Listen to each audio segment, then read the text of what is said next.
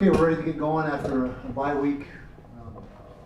Thought we accomplished quite a bit in a bye week, as much as you can accomplish as far as getting some guys feeling better health-wise. Practice 3 days, got 3 days of practice and got some recruiting in. So overall, as most every bye week is, you try to make it as productive as you can. But it's good to get back into a game week mode. And we'll be heading to Michigan a day early. Anytime we go a couple of time zones, we go a day early, so we'll be leaving on Thursday for the Michigan game and getting practice in on Friday over there and teeing it up on Saturday, 3:30. So away we go. Questions? See, Gianni Paul is on the 2 deep starting at linebacker. Is he good to go then? And we sure hope so. He had some work last week in practice. Didn't look like he's good to go. So barring a setback, yeah, he should be good to go for this week.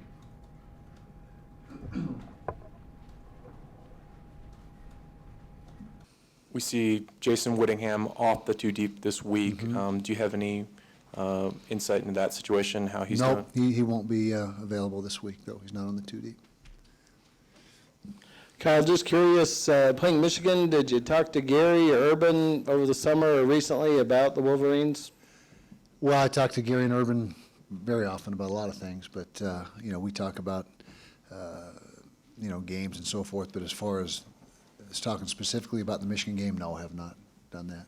Not in the last couple weeks. Last time you went to the Big House was one of the more memorable games in Utah history. Started that incredible run in 2008. What are your memories of that game and the atmosphere, and what have you told your guys they'll never play in front of a bigger house? Well, first of all, good memories. We started fast. I think we were up at halftime, 23-7, 10, something like that. Ended up being a close game at the end. Had to hang on for the victory, but it's a great venue. We expect 106, 108, 110,000, whatever they're going to pack in there, and our guys are excited. They're excited to go there and play one of the most storied programs in college football.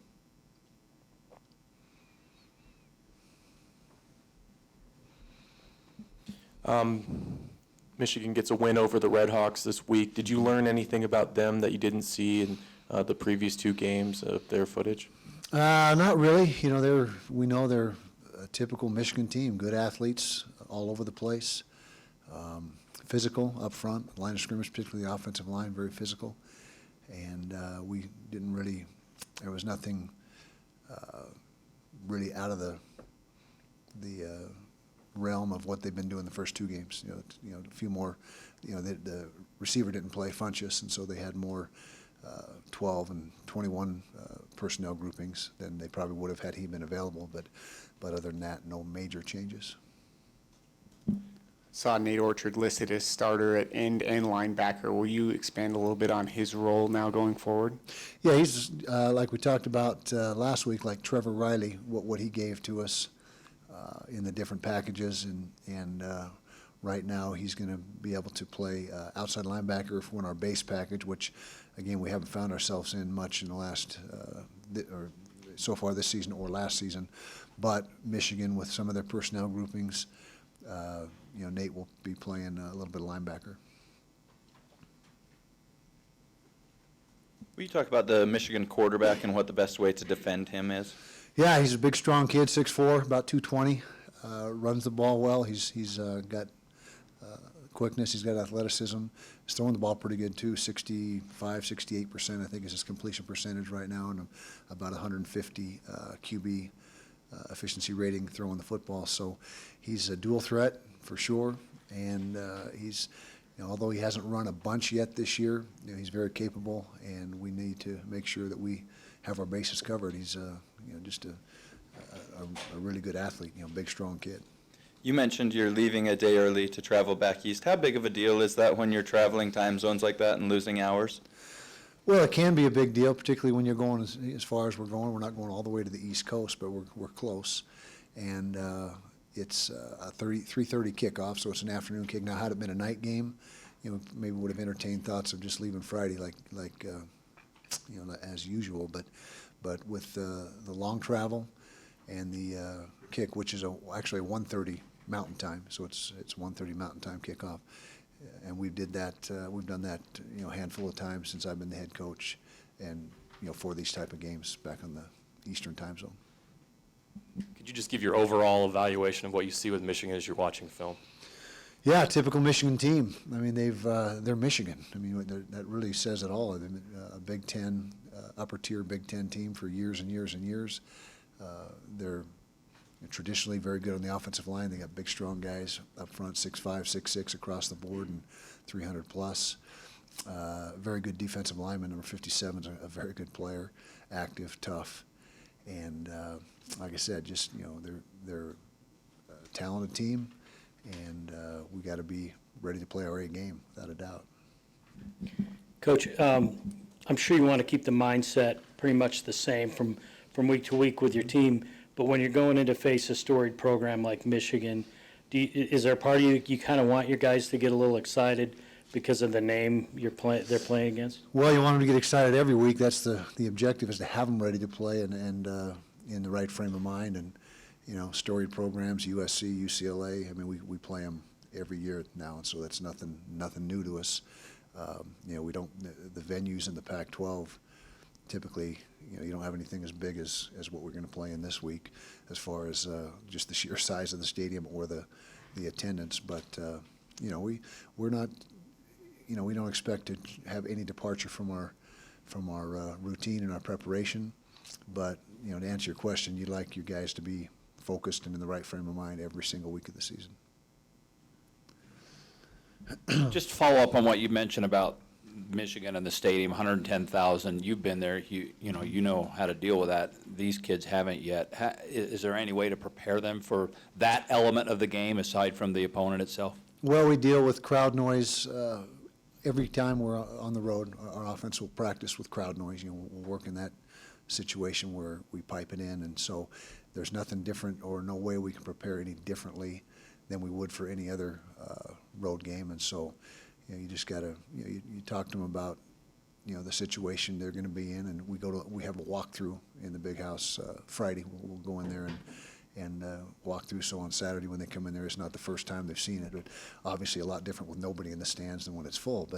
But there's a few little things you can do, but not much. You just have to prepare them mentally and make sure they're mentally right when you go over there.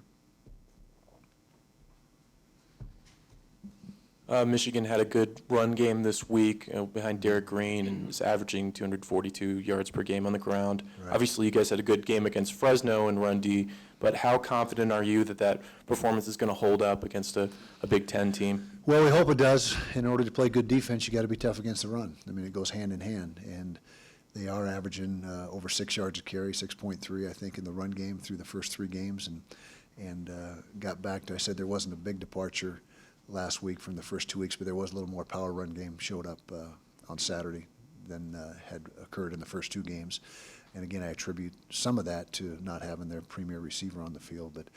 But you better be able to stop the run. If you can't stop the run, every game is going to be hard. And so you've got to be able to stop the run, and conversely, we've got to be able to run the ball with our offense to a certain degree of success, or else everything's going to be hard with our offense as well. Kyle, can you expound a little bit on your success with sacks and tackles for loss, being one of the national leaders on that?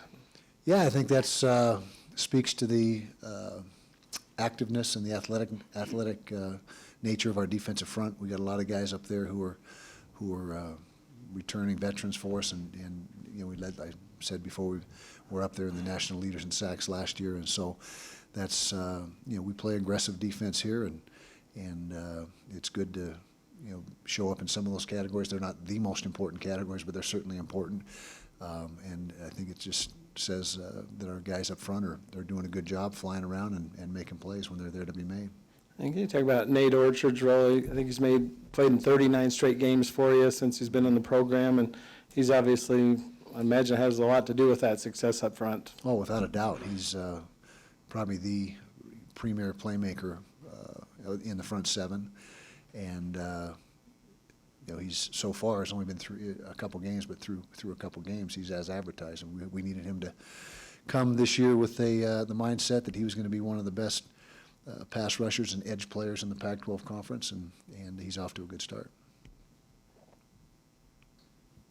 Through 2 games, Devontae and Bubba have roughly the same amount of carries. Do you see that going forward, or are you going to do a hot hand type of thing, or both get the same amount of opportunities? Well, it's been equal, as you mentioned, through 2 games. Now, Troy McCormick was in the mix as well in game 1.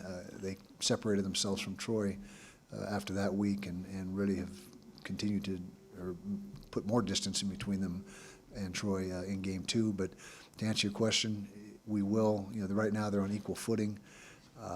If certainly one of them becomes the hot back, then we'll feed him the ball, and we'll see if that happens naturally. But they will both play against Michigan, and it doesn't really matter who starts. They're interchangeable. But they're both going to get, at least early in the game, equal opportunity, and then we'll see how it goes from there. And then in years past, you look at Michigan on the schedule, and it would be the measuring stick for the whole year, the marquee Sure. game. Yeah. Now in the Pac-12, do you still look at it that way, or is this kind of just maybe another game? Well, I don't know if any game's just another game in that, in that sense, or with our attitude or approach, but, certainly a few years back it would have been, the highlight game of the year, I guess you can say. But playing in the Pac-12, it's week in and week out. I think we have, 5 teams in the top 25 right now, 4 or 5 teams in the Pac-12, and so it's just another one of a lot of challenges that are on the schedule. You coached against Brady Hoke when he was, for a short time, out this direction. What's your relationship with Brady, and does this Michigan team bear any resemblance to the teams you coached against? Well, first of all, I got a great deal of respect for Brady. I think he's a fine football coach, defensive-minded, and I think that when we only had a couple years, I believe, in the WAC, Mountain West, as we're going way back there, and so he's the style of football he likes is tough, hard-nosed, blue-collar football, and that's what he preaches, and that's what he's all about, and you can see that in the play of Michigan.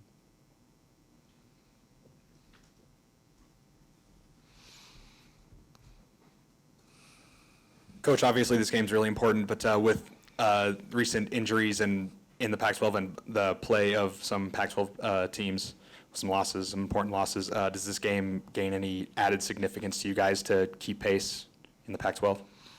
No, I don't think that has much bearing on us. I mean, obviously, there were some things in the Pac-12 that were out of the ordinary this week, but I don't think that has any bearing or any effect on our task at hand. We just got to go about our business.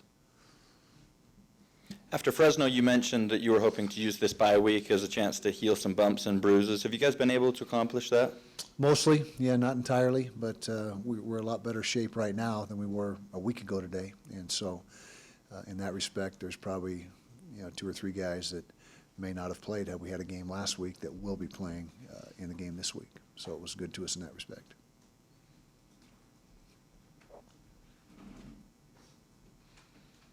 This is a nationally televised game. Do you guys see this as an opportunity to earn respect and to validate what you guys have done in the first 2 games?